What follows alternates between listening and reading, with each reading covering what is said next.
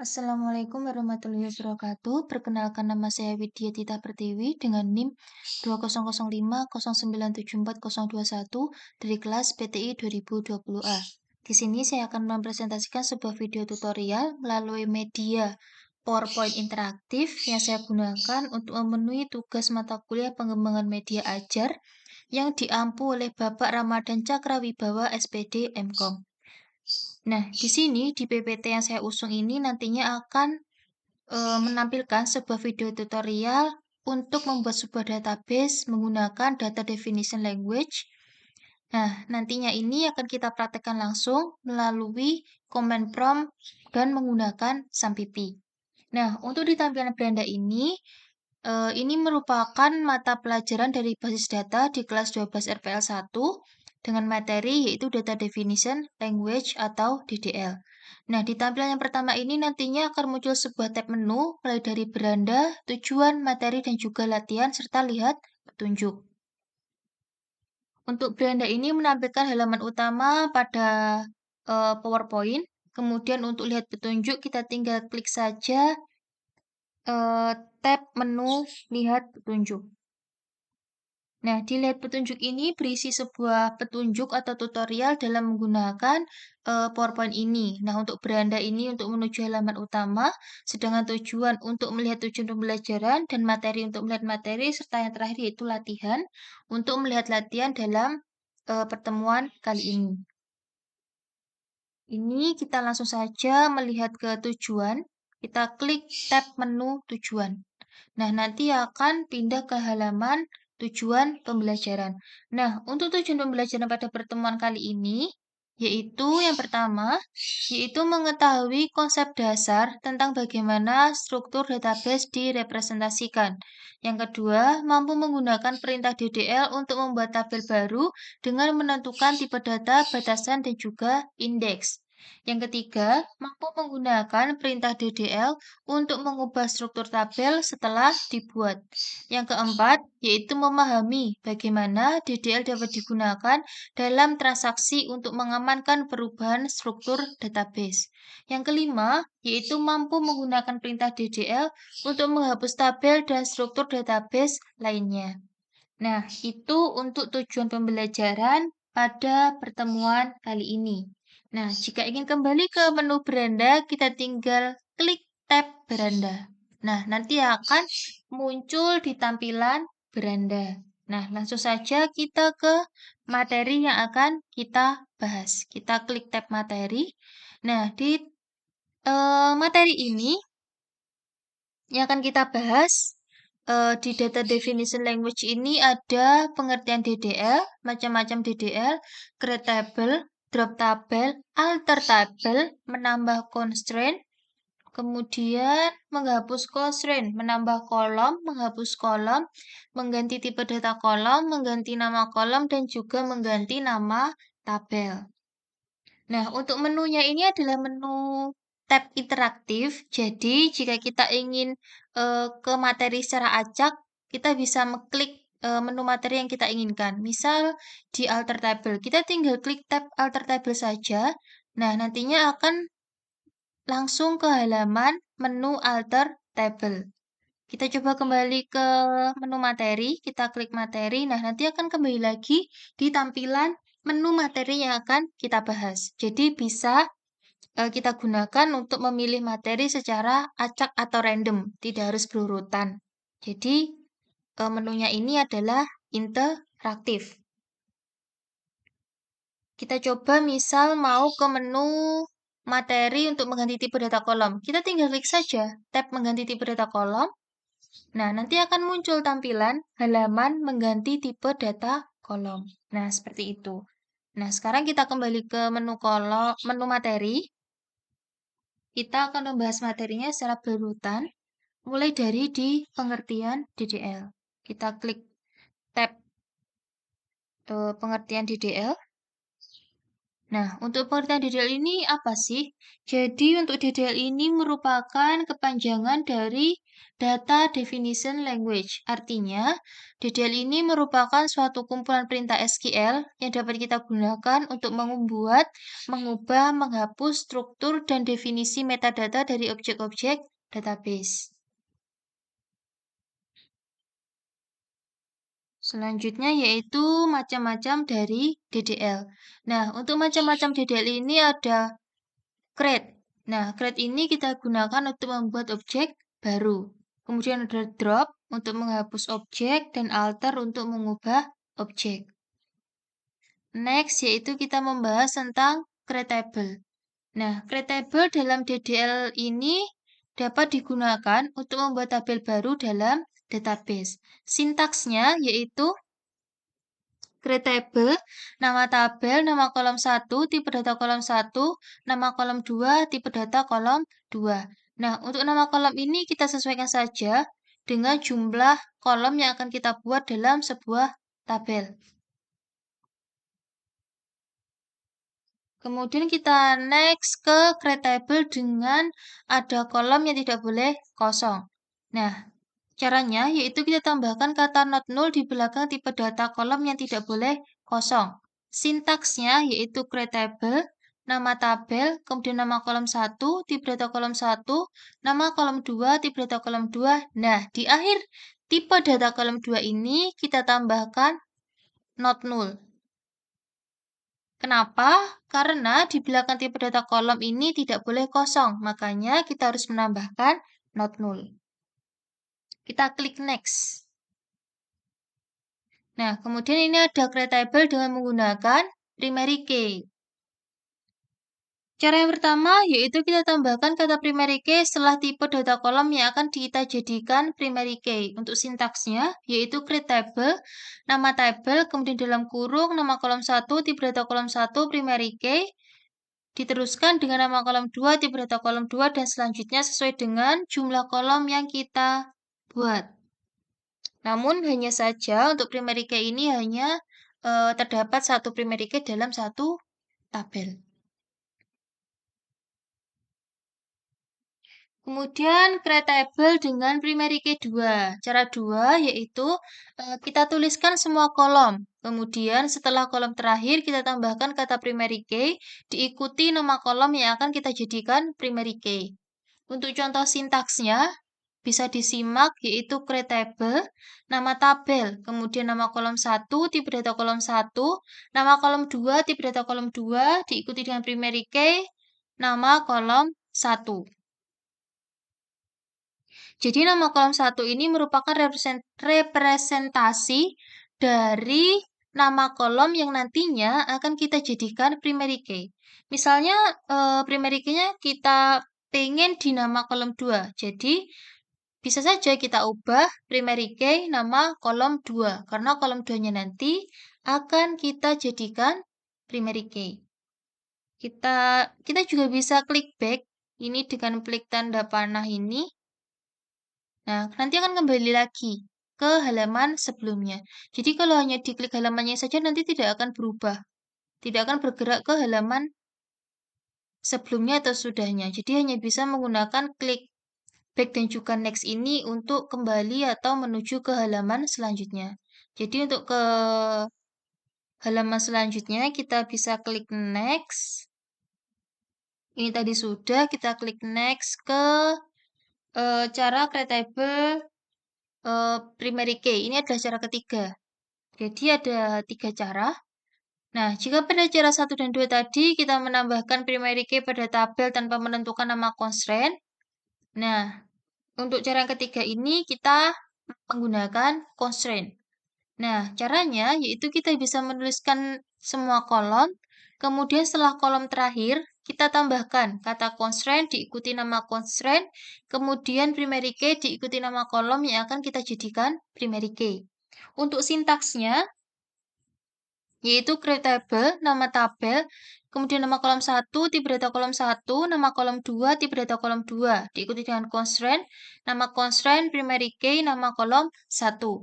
Perlu digarisbawahi bahwasanya di belakang primary key ini selalu ada tanda kurung nama kolom 1. Artinya, nama kolom 1 ini atau kolom 1 ini nantinya yang akan kita jadikan primary key.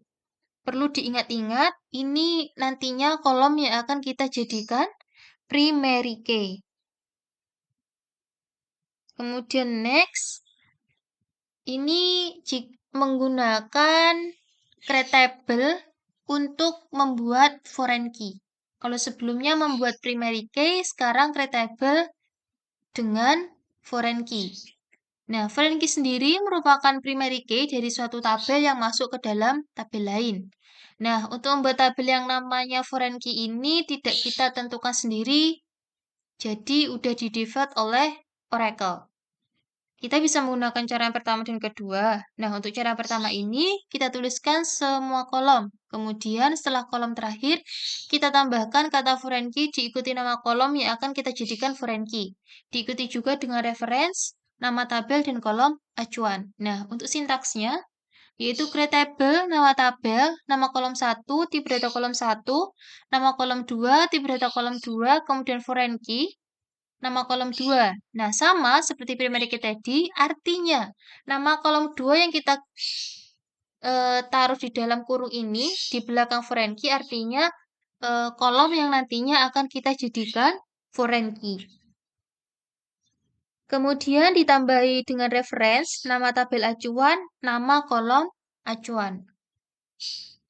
Kita klik next, yaitu ini create table dengan foreign key yang kedua, atau cara yang kedua, yaitu caranya dengan kita tuliskan reference, nama tabel, dan kolom acuan setelah tipe data dari kolom yang akan dijadikan foreign key. Untuk sintaksnya, yaitu create table, nama tabel, kemudian dalam kurung nama kolom 1, tipe data kolom 1, nama kolom 2, tipe data kolom 2, reference, nama tabel acuan, nama kolom acuan. Nah, untuk membuat tabel yang nama foreign key-nya kita tentukan sendiri, kita bisa menggunakan cara yang ketiga. Kalau tadi udah di-default oleh Oracle, nah sekarang kita bisa membuat sebuah tabel dengan foreign key, tapi foreign key-nya kita tentukan sendiri. Nah, untuk caranya yaitu sama kayak tadi, hanya ada sedikit perbedaan. Yang pertama, kita tuliskan semua kolom. Kemudian setelah kolom terakhir, kita tambahkan kata constraint, diikuti nama constraint, kemudian foreign key, diikuti nama kolom yang akan dijadikan foreign key. Diikuti juga dengan nama tabel dan kolom yang akan kita jadikan acuan. Untuk sintaksnya yaitu create table, nama tabel, nama kolom 1, tipe data kolom 1, nama kolom 2, tipe data kolom 2, diikuti constraint, nama constraint foreign key-nya apa, diikuti dengan nama kolom yang dijadikan foreign key, kemudian reference, nama tabel acuan, dan juga nama kolom acuan. Nah, ini ada create table dengan unique. Untuk unique ini merupakan sebuah constraint yang memungkinkan satu data yang bukan key tidak memiliki kesamaan dengan data baris yang lain. Jadi, untuk tabelnya ini unik, tetapi uniknya ini bukan menandakan sebuah primary key. Jadi hanya sebagai identitas yang unik untuk membedakan dengan data yang lain. Jadi datanya ini tidak memiliki kesamaan dengan data baris yang lain. Tetapi perlu digarisbawahi uniknya di sini bukan menandakan primary key, tetapi hanya menandakan sebagai sebuah keunikan untuk membedakan dengan data yang lain. Nah, untuk cara membuat unique dalam tabel ini caranya yaitu kita tambahkan kata unique setelah tipe data kolom yang akan dijadikan unik. Untuk sintaksnya, yaitu create table nama tabel, kemudian nama kolom 1, tipe data kolom 1, unique, nama kolom 2, tipe data kolom 2. Jadi yang akan dijadikan unik nanti pastinya nama kolom 1, karena uniknya berada di nama kolom 1. Kemudian ini ada create table dengan unique 2. Untuk cara kedua ini hampir sama dengan yang sebelumnya. Kita tuliskan semua kolom, kemudian setelah kolom terakhir kita tambahkan kata unique diikuti nama kolom yang akan kita jadikan unik. Untuk sintaksnya yaitu create table, nama tabel, kemudian nama kolom 1, tipe data kolom 1, nama kolom 2, tipe data kolom 2, unique, nama kolom 1.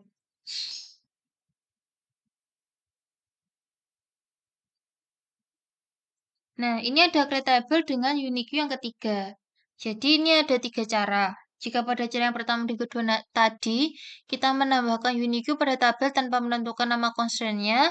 Nah, di sini kita menentukan nama constraint-nya itu menentukan sendiri sesuai dengan kemauan kita. Nah, untuk cara yang ketiga ini caranya yaitu dengan menuliskan semua kolom, kemudian setelah kolom terakhir, kita tambahkan kata constraint, diikuti nama constraint, kemudian unique, diikuti nama kolom yang akan dijadikan unique.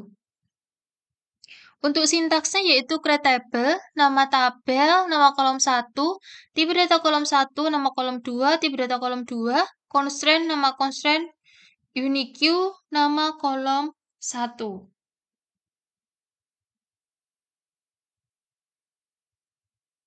Kita klik next, di sini ada drop tabel.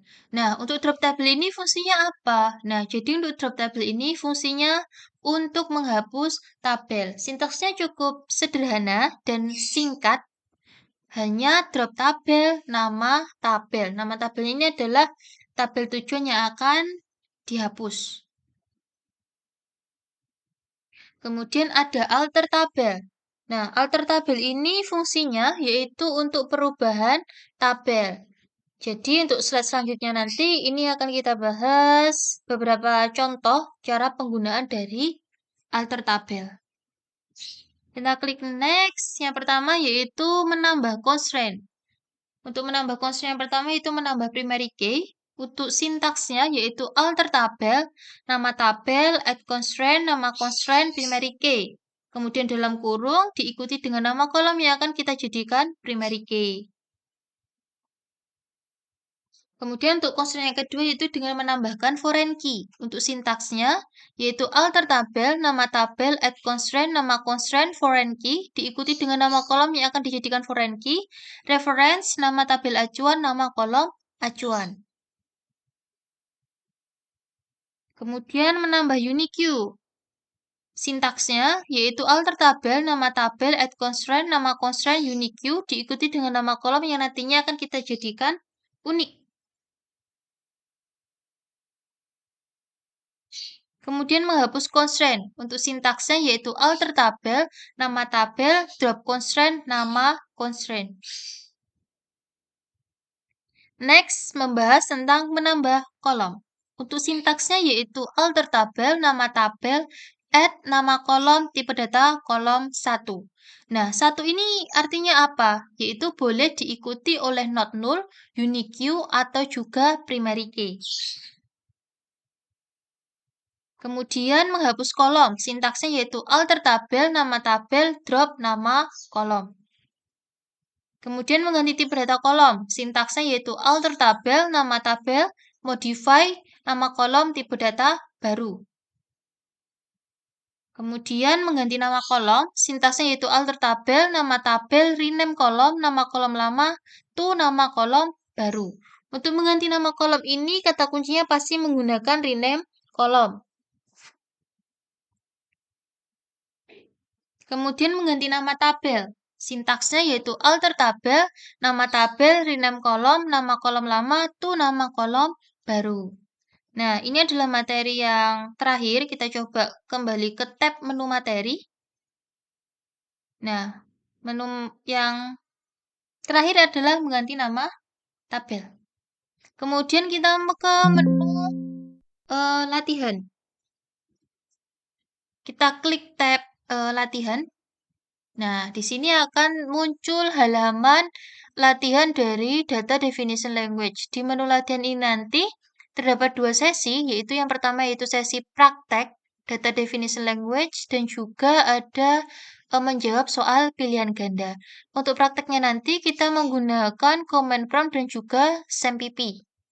Kita bahas terlebih dahulu bagaimana sih tutorialnya sebelum kita praktekkan secara langsung. Nah, yang pertama kita harus masuk ke dalam MySQL melalui command prompt. Kemudian kita buat sebuah database. Kemudian kita setelah membuat database nanti, kita tampilkan database yang telah dibuat dengan perintah show database. Kemudian kita aktifkan database-nya dengan use db less private atau sesuai dengan nama database yang kalian buat. Jadi nama database-nya ini tidak harus db less private, tapi terserah kalian mau membuat nama database-nya apa.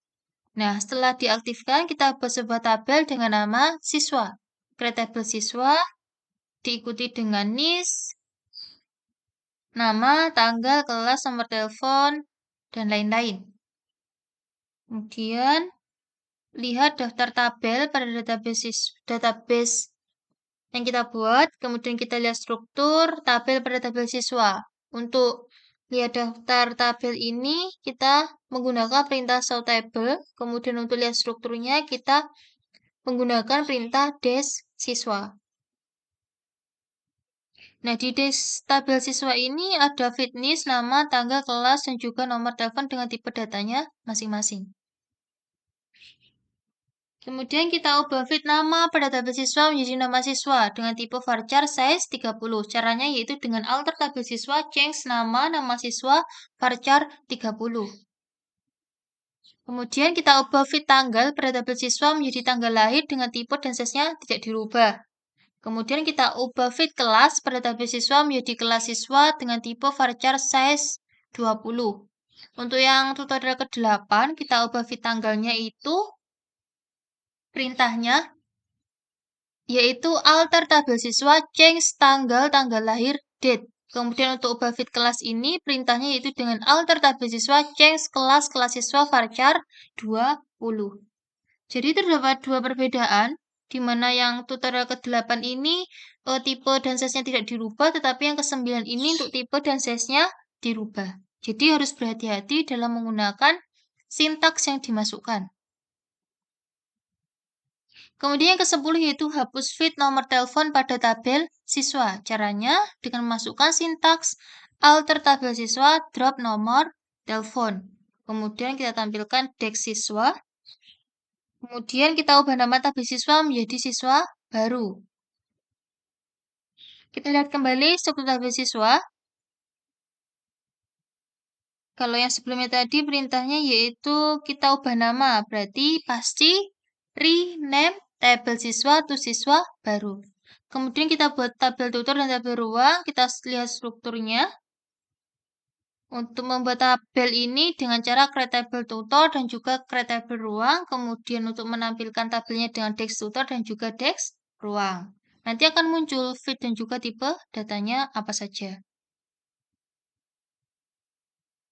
Kemudian kita buat primary key untuk di ID tutor pada tabel tutor. Caranya yaitu alter tabel tutor add primary key ID tutor. Jadi di tabel tutor ini yang menjadi primary key-nya nanti adalah ID tutor dengan char 8. Kemudian yang ke-16 kita ubah tipe data dari fit jumlah kelas pada tabel tutor menjadi int4. Caranya yaitu dengan memasukkan sintaks alter tabel tutor modify jumlah kelas int4. Kemudian kita desk tutor untuk menampilkan tabel yang dirubah. Kemudian yang ke-17 yaitu kita tampilkan struktur tabel ruang. Kemudian ubah tipe data dari fit ID ruang pada tabel ruang menjadi int. Kemudian yang 18 yaitu hapus tabel ruang dari database db less private. Caranya yaitu perintah hapus tadi menggunakan drop tabel ruang. Kemudian kita ubah nama tabel ruang menjadi tutor less. Lihat kembali daftar tabel yang ada pada database db less private. Nah, untuk mengubah tadi kita menggunakan rename tabel tutor to tutor less. Kemudian kita show table. Tampilannya nanti akan seperti ini. Nah, selanjutnya kita akan mempraktikkan secara langsung.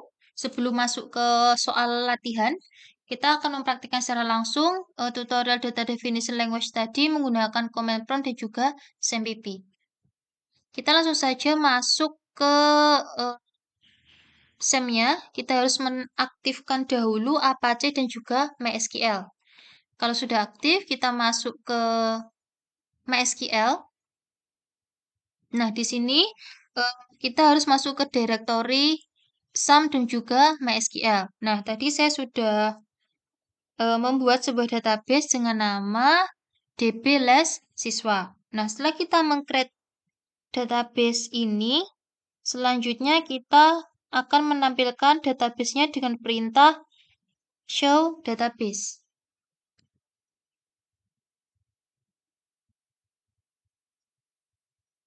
Nah, ini dalam database nanti akan muncul DB les siswa. Artinya, database yang telah saya buat tadi telah ter-create di MySQL. Kemudian, setelah show database, kita aktifkan database DB les siswa dengan perintah use DB les siswa. Sudah, setelah itu kita buat sebuah tabel dengan nama siswa, yaitu create tabel siswa nis char 6, kemudian nama varchar 40, kemudian tanggal date, kelas varchar 15, nomor telepon varchar 18, kemudian ini ada primary key, jenis siswa kita jadikan primary key.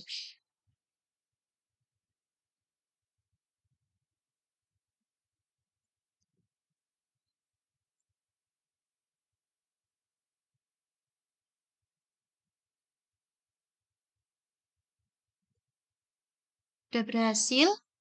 Setelah itu kita lihat daftar tabel pada database DB les siswa. Kemudian kita lihat juga struktur tabel pada siswa.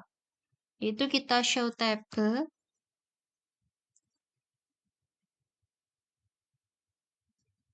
Nah, ini ada tabel siswa terbentuk. Kemudian des siswa. Nah, terbentuk tadi tabel siswanya berisi feed NIS, nama, tanggal, kelas, dan juga nomor telepon. Nah, NIS-nya tadi kita jadikan primary key. Kemudian kita ubah feed nama tadi pada tabel siswa menjadi nama siswa dengan tipe varchar size 30. Untuk sintaksnya yaitu alter tabel siswa change nama siswa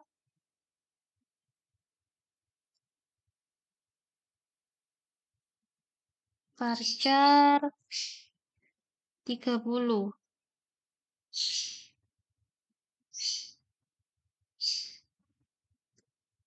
Nah, berhasil. Setelah berhasil, kita coba tampilkan tabelnya. Nah, nama siswa tadi sudah berubah. Yang sebelumnya varchar-nya untuk nama tadi adalah 40, sekarang menjadi 30. Dan feed-nya tadi sebelumnya kan hanya nama. Sekarang feed-nya berubah menjadi nama siswa. Kemudian kita juga ubah feed tanggal pada tabel siswa menjadi tanggal lahir. Tapi untuk tipe dan size-nya ini tidak dirubah. Caranya dengan alter tabel siswa change tanggal lahir date. Nah, berhasil. Kemudian kita juga ubah feed kelas pada tabel siswa menjadi kelas siswa dengan tipe varchar size 20. Caranya yaitu alter tabel siswa change kelas siswa varchar 20. Nah, berhasil. Setelah berhasil, kita coba tampilkan tabel siswanya. Dex siswa. Nah, pasti akan berubah. Tadinya kita akan merubah tanggal lahir. Dari tanggal ke tanggal lahir. Nah, di sini sudah berubah di feed-nya. Kemudian, tadi kita juga merubah feed kelas yang sebelumnya kelas, kita ganti ke kelas siswa. Tipe datanya juga berubah dari varchar 15 ke varchar 20. Kemudian kita hapus feed nomor telepon pada tabel siswa. Caranya yaitu alter tabel siswa, drop nomor telepon. Nah, berhasil. Kita coba apakah sudah berhasil terhapus. Kita lihat pada tabel siswa dengan cara des siswa. Nah, sudah hilang untuk feed nomor telepon. Jika sebelumnya feednya terdapat NIS, nama siswa, tanggal lahir, kelas siswa, dan juga nomor telepon, sekarang setelah dihapus untuk nomor teleponnya hanya ada feed NIS, nama siswa, tanggal lahir, dan juga kelas siswa. Selanjutnya kita ubah nama tabel siswa menjadi siswa baru. Caranya kita masukkan sintaks rename tabel siswa to siswa baru. Nah, berhasil. Kita coba tampilkan tabelnya dengan show tables. Nah, berubah ke siswa baru. Kemudian kita buat tabel tutor dan tabel ruang. Dan lihat struktur tabel tutor dan tabel ruang. Kita buat tabel tutor dahulu dengan cara create tabel tutor, kemudian ID tutor char 8, nama tutor varchar 30, kemudian jenis varchar 20, kemudian jumlah kelas small in 4. Small in 4.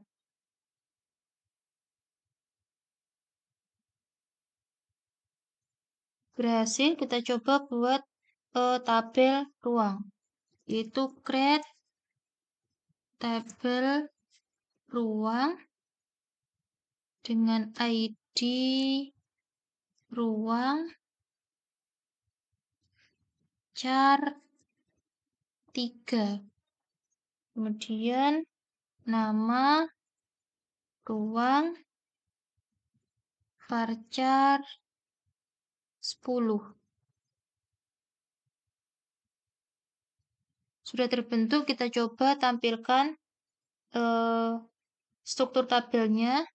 Dan struktur tabel yang pertama kita tampilkan yaitu tabel tutor.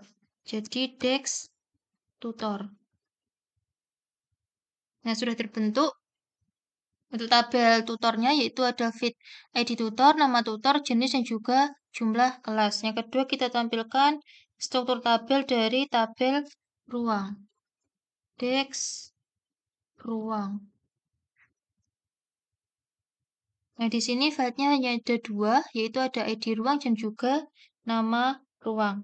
Selanjutnya, yaitu kita buat primary key untuk ID tutor pada tabel tutor.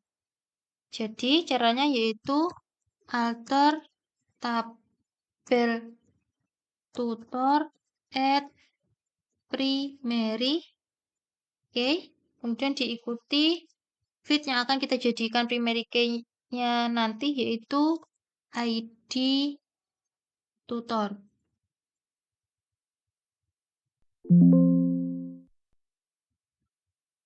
Ada yang tipe, ini kurang huruf Y.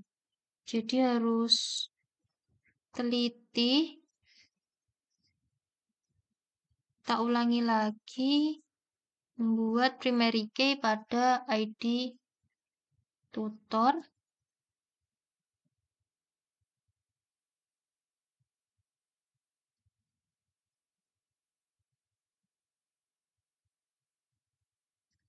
Nah, sudah terbentuk primary key ID tutor pada tabel tutor. Kita coba tampilkan tabelnya. Dex tutor. Nah, yang menjadi primary key pada tabel tutor yaitu ID tutor. Kemudian selanjutnya kita ubah tipe data dari fit jumlah kelas pada tabel tutor menjadi int 4. Caranya yaitu kita masukkan sintaks alter tabel tutor modify jumlah kelas int 4. Sudah berhasil, kita coba tampilkan tabelnya.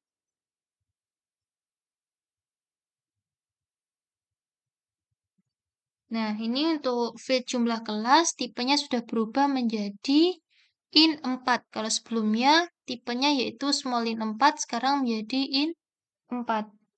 Kemudian kita tampilkan struktur tabel ruang. Kita ubah tipe data dari fit ID ruang pada tabel ruang menjadi int. Caranya kita tampilkan dulu struktur tabel ruang. Nah, sudah tampil. Selanjutnya kita ubah tipe data. Caranya dengan alter tabel ruang modify ID ruang int 11. Nah, sudah berhasil. Kita coba tampilkan tabelnya.